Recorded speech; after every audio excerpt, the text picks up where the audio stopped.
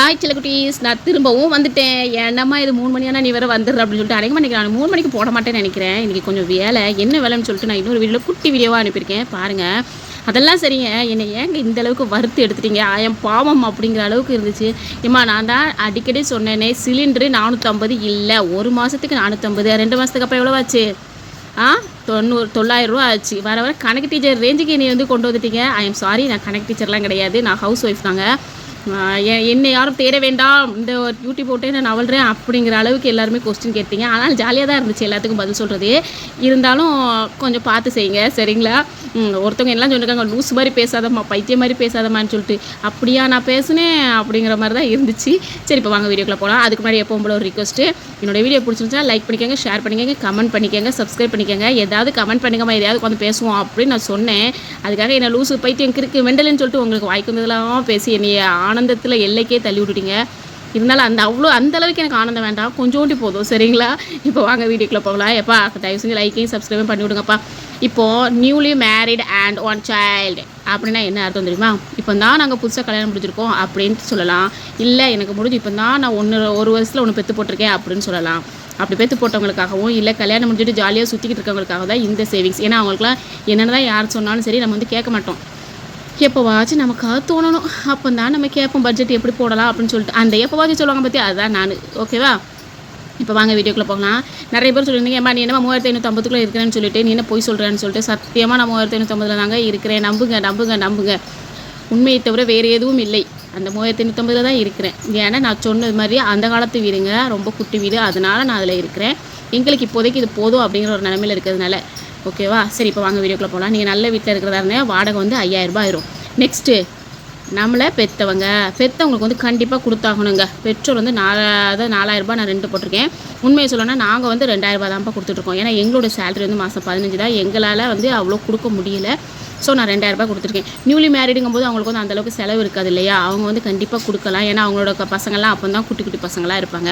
இருந்தாலும் அவங்களுக்கும் இருக்கும். இருந்தாலுமே இந்த ஒரு 4000 ரூபாய் அவங்களுக்கும் கொடுங்க. நம்மளை பெற்று வளர்த்து ஆளாக்கி கல்யாணம் முடிச்சு விட்ட உடனே நான் வந்து என்னையை பார்க்க போகிறேன், என் குடும்பத்தை பார்க்க போகிறேன் அப்படின்னு சொல்லிட்டு நம்ம வெளியில் வந்துடக்கூடாது. என்றைக்கு இருந்தாலும் அவங்க நமக்கு முக்கியம், அவங்களுக்கும் நம்ம முக்கியம். ஓகேவா? ஸோ அதனால் உங்களால் முடிஞ்சது நீங்கள் மாதம் கண்டிப்பாக கொடுத்துட்டே இருங்க. நெக்ஸ்ட்டு மளிகை தான். மளிகையில் ஏன்டா இவ்வளோ சந்தேகம் வந்துச்சோ எனக்கு தெரியல. நான் போட்ட ஒரு வீடியோ தான், அந்த ஒரு வீடியோவில் 1008 சந்தேகம் இருந்தாலும் பரவாயில்ல, நான் எல்லாத்தையுமே தீர்த்து வைப்பேன். வாங்க 1500 ரூபாய்க்கு மளிகை போடுங்க. நான் அடுத்த வாட்டி மளிகை ஜாமான் எப்படி வாங்கணுங்கிறத நான் சொல்கிறேன். என்னென்ன வாங்கணும்னு சொன்னேன், இனிமேல் நான் எப்படி வாங்கணும்னு சொல்லுவேன். ஓகேவா? ரெண்டாவது எப்பவும் போல் சேவிங்ஸ் தான். சேவிங்ஸ் இல்லைனா வாழ்க்கையே வம்பா போயிடும். ஸோ சேவிங்ஸ் இதில் நீ கோல்டு சீட்டு போடுவியோ இல்லை ஆர்டி போடாதீங்க, வேஸ்ட்டு.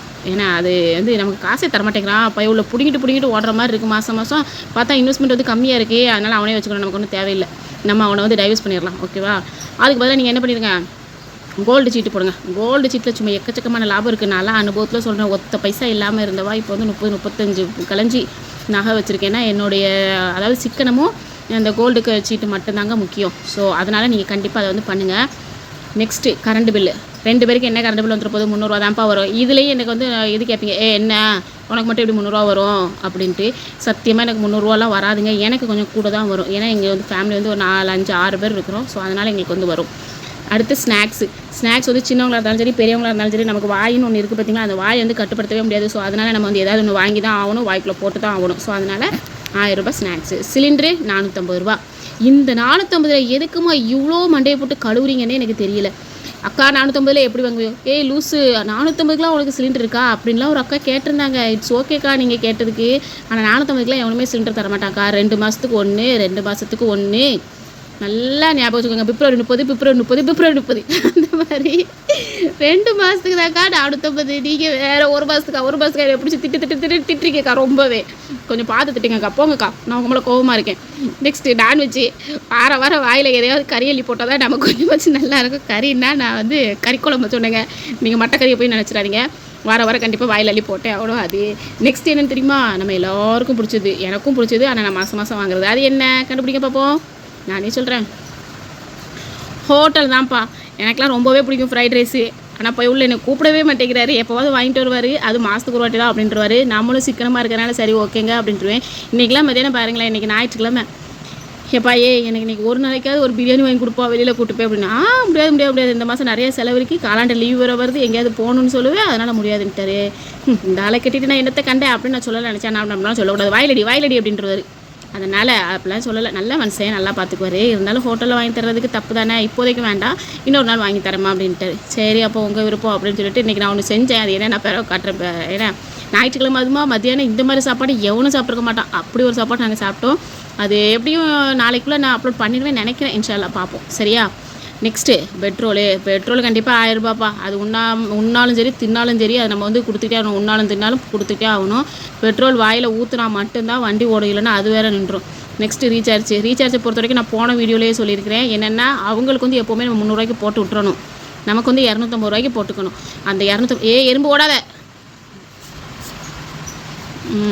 இந்த எறும்பு தொல்லை அதிகமாக வளருதுன்னா நம்ம வீட்டில். சரி வாங்க, நமக்கு வந்து 250 ரூபா தான் போடணும். என்ன காரணம்னு கேட்டுக்கோங்க, நல்லா கேட்டுக்கோங்க. சரியா? நமக்கு வந்து எப்படி வரும், டெய்லி 1 GB வரும். அவங்களுக்கு எப்படி வரும், டெய்லி 1.5 GB வரும். அந்த 1 GB முடிச்சுட்டு நம்ம வீட்டில் வெட்டியாலாம் இருப்பாங்க தெரியுமா, அப்போ நமக்கு தேவையான வீடியோஸ் எல்லாமே நம்ம வந்து டவுன்லோட் பண்ணி வச்சுக்கணும். அவர் வெளியே கிளம்புனதுக்கப்புறம் அதை உட்காந்து பார்த்துக்கணும். அதாவது சிம்பிளாக சொல்லப்போனால் சுட்டுறது, அவ்வளோதான். அவரோட நெட்டை அவருக்கே தெரியாமல் நம்ம சுட்டுக்கணும். அப்படி பண்ணோன்னா இங்கே பாரு இந்த பிள்ளைய நமக்கே 300 போட்டு அவள் மட்டும் 250 தான் போட்டிருக்காச்சா, எவ்வளோ நல்ல பொண்டாட்டி நமக்கு அமைஞ்சிருக்கா அப்படிலாம் அவர் நினைப்பார். நம்மளும் அதை மெயின்டைன் பண்ணி ஆமாங்க எனக்கு நீங்கள் தாங்க முக்கியம், நான் அதனால தாங்க உங்களுக்கு 300 ரூபா போட்டிருக்கேன் அப்படிலாம் நீங்கள் சொல்லணும். அதை விட்டுட்டு இல்லை எனக்கு நீ 300 போட்டு 250 போட்டு ஆச்சு பிச்சு காய்ச்சின்னு சொன்னா அவர் காண்டாயிருவார். நீ 300 போடுப்பா, நான் 250 போட்டுருக்கிறேன், உன்னை விடவாப்பா எனக்கு முக்கியம் அப்படின்னு நீங்கள் சொல்லி பாருங்களேன். போய் உள்ள அப்படியே மயங்கிடுவார். ஓகேவா? நெக்ஸ்ட்டு வெஜிடபிள்ஸ் தான். வாரம் வெஜிடபிள்ஸுக்கு 1000 ரூபான்னு போட்டிருக்கேன். சாரி, வாரம் மாதம் இல்லை 1000 ரூபாயெல்லாம் வராது. ஏன்னா 2 பேருக்கு தானே, எப்படியும் ஒரு 500 600 700 அந்த ரேஞ்சுக்கு தான் வரும். மிச்ச காசுலாம் யாருக்கு, நமக்கு தான். பட்ஜெட் போட்டு அவர்கிட்ட காட்டிடுங்கப்பா 1000 ரூபான்ட்டு. 300 ரூபா 700 ரூபாய்க்குள்ள காய்கறி முடிச்சுட்டு மிச்சம் 300 ரூபாய் எடுத்து சேவ் பண்ணுங்கள். போருங்க, கொஞ்சம் நான் தண்ணி குடிச்சிக்கிறேன், ரொம்ப டயர்டாகிட்டு இவ்வளோ நேரம் பேசியே. சரி தண்ணி அப்புறம் குடிக்கிறேன். கேளுங்க, இப்போ எதில் விட்டு வெஜிடபிள்ஸா அதில் 700 ரூபா நீங்கள் வந்து வெஜிடபிள்ஸ் வாங்கிட்டு மிச்சம் 300 ரூபா இருக்குமா, அந்த 300 ரூபாய் எடுத்து நீங்கள் சேர்த்து வச்சுக்கோங்க. வண்டியில் வெளியில் யார்ட்டுமே சொல்லக்கூடாது, அடிச்சு கேட்டாலும் சரி யார்ட்டுமே சொல்லக்கூடாது. ஏன்னா இந்த 300 ரூபா எடுத்து தனியாக நீங்கள் ஒதுக்கி வச்சுக்கிட்டே இருங்க. என்றைக்காவது ஒரு நாள் எப்போவாவது ஒரு நாள் தேவைப்படும். அப்படி இல்லாட்டி நம்ம அம்மா வீட்டுக்கு போக வந்துருமே, அப்போ நம்ம புருஷங்கரை எவ்வளோ தந்து விடுவார், பஸ் சார்ஜுக்கு செலவுக்கும் தந்து விடுவார். அப்போ இதை கொண்டு போய் அம்மாட்ட கொடுத்துமா இந்த வச்சுக்கோமா செலவு பண்ணிக்கமா அப்படின்னு சொல்லி கொடுத்து பாருங்கள். உங்கள் தாயின் முகத்தில் ஒரு புன்னகை பூ பறிக்கும் பாருங்கள். அந்த பூ எங்கேயுமே போய் பறிக்க முடியாது, அம்புட்டு அழகாக இருக்கும். ஸோ அதனால் அவங்ககிட்டையும் கொடுங்க. சரிங்களா? ஏன்னா லேடிஸான நம்மளும் பேரண்ட்ஸுக்கு நம்மளால் முடிஞ்சதை கொடுக்கணும். அதை எப்படி கொடுக்கணும், ஒன்று நம்ம வந்து உழைக்க முடியாட்ட நம்ம வந்து எவ்வளோ கொடுக்குறோமோ அதில் வந்து சேவிங்ஸ் பண்ணணும். சேவிங்ஸ் பண்ணி நம்ம அவங்களுக்கு கொடுக்கலாம். ஏன்னா நம்மளோட பெற்றவங்க அவங்க. ஓகேவா? இப்போ அண்ணனோ தம்பியோ அவங்க கொடுக்குறாங்களா கொடுக்கலையா நமக்கு வந்து தெரியாது. நம்மளால் முடிஞ்சதை போய் கொடுப்போம், அவ்வளோதானே. யார் கேட்பா? ஓகேவா?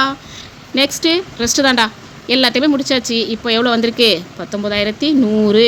நமக்கு எவ்வளோ சம்பளம், இங்கே லூஸு மாதிரி எழுதி வச்சுருக்கேன், நமக்கு மிச்சம்னு எழுதி வச்சுருக்கேன். நமக்கு சம்பளம் எவ்வளவு, 20000 ரூபா. 20000ல் 19100 போனால் எவ்வளவு சொல்லுங்கள் பார்ப்போம் எல்லோரும். நானே சொல்கிறேன், 900 ரூபா.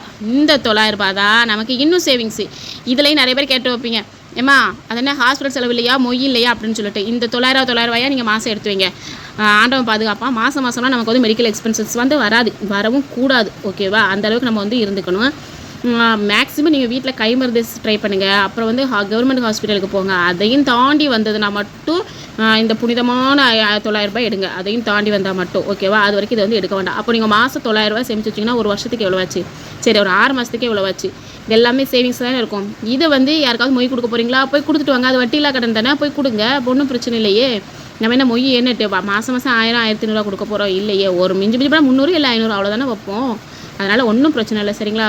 ரொம்ப போட்டு குழம்பாதீங்க. ஈஸியாக வந்து நம்ம குடும்பத்தை வந்து ரன் பண்ணலாம். ஐயோ இவ்வளோ பண்ணணுமா அவ்வளோ பண்ணணுமான்னு மட்டும் தயவு செஞ்சு நினைக்காதீங்க. எல்லாமே நம்ம கையில் தான் இருக்குது. நம்ம நினச்சா எதை வேணாலும் சாதிக்கலாம். நாம் நினைக்கணும், அவ்வளோதான். நம்மளால் அது முடியும், நம்ம நினச்சாலே போதும். இந்த வீடியோ உங்களுக்கு வந்து ரொம்ப பிடிக்கும்னு நினைக்கிறேன். ஏன்னா நான் நல்லா பேசுனேன்னா இல்லையான்னு எனக்கு தெரியல. ஆனால் நிறைய பேர் எனக்கு வந்து ரொம்பவே நல்ல ரெஸ்பான்ஸ் வந்து கொடுத்துருக்கீங்க. நீங்கள் சூப்பராக பேசுங்கன்ட்டு எல்லாத்துக்குமே என்னுடைய அன்பான தாழ்ந்த என்ன சொல்லுவாங்க, சாரி, மனமார்ந்த நன்றிகள். தப்பு வளரிட்டேன்னு நினைக்கிறேன், சாரிம்மா. சரியா? மனமார்ந்த நன்றிகள். ரொம்ப ரொம்ப தேங்க்ஸ்மா. இதே மாதிரி எனக்கு எப்போவுமே சப்போர்ட் பண்ணுங்கள். நானும் நிறைய வீடியோஸ் வந்து போடுறேன். ஓகேவா? என்னுடைய வீடியோ பிடிச்சா லைக் பண்ணிக்கோங்க, ஷேர் பண்ணிக்கோங்க, சப்ஸ்கிரைப் பண்ணிக்கோங்க. முக்கியமாக கமெண்ட்டில் வாங்க, பேசலாம். ஓகே, பாய்மா, டாடா.